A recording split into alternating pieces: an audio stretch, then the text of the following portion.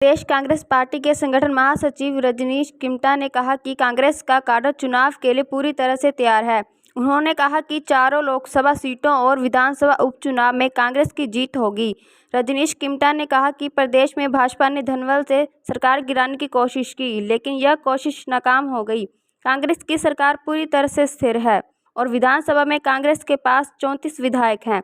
उन्होंने कहा कि भाजपा की जनमत को नुकसान पहुंचाने की साजिश नाकाम हो गई और ऐसे में 4 जून को भाजपा को मुंह की खानी पड़ेगी। राजनीति से जनमत हासिल करना चाह रही है, उसमें इन चुनावों में हिमाचल की जनता उनको करारा जवाब देगी।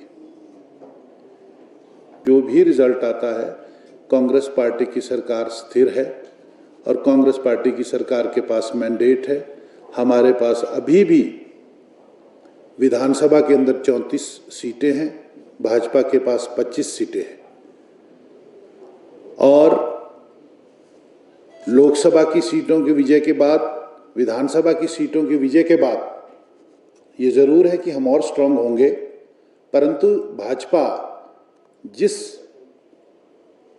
साजिश के तहत, जो उनकी एक सोच थी, जिस सोच के तहत वो हमारी सरकार को अनस्टेबल करना चाहते थे, या हमारे को, इस सरकार को जो जनमत 14 महीने पहले हिमाचल प्रदेश में जनता ने दिया, फुल मैंडेट के साथ सरकार बनी, उस जनता के जनमत को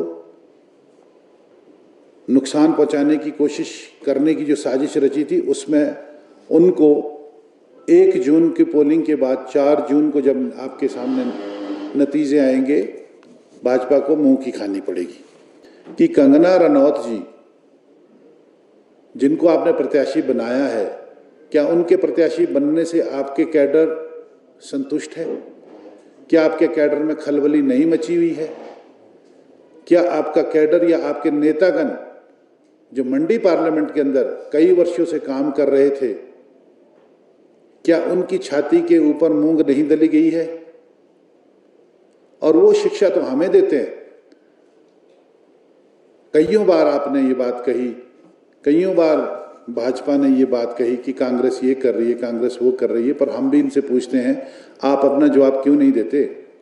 क्या कंगना रनौत का नाम भारतीय जनता पार्टी की स्टेट से गया था? यहाँ की लीडरशिप ने उनका नाम को भेजा था, या वो सीधे ही सिलेक्शन से ऊपर से आई हैं? और उसके बाद कंगना जी से भी हम ये क्वेश्चन करते हैं कि ठीक है, हम उनकी इज्जत करते हैं, हमारे प्रदेश की बेटी है, कि उन्होंने हमारे पीडब्ल्यूडी मिनिस्टर विक्रमादित्य जी के ऊपर भी एक टिप्पणी की कि वो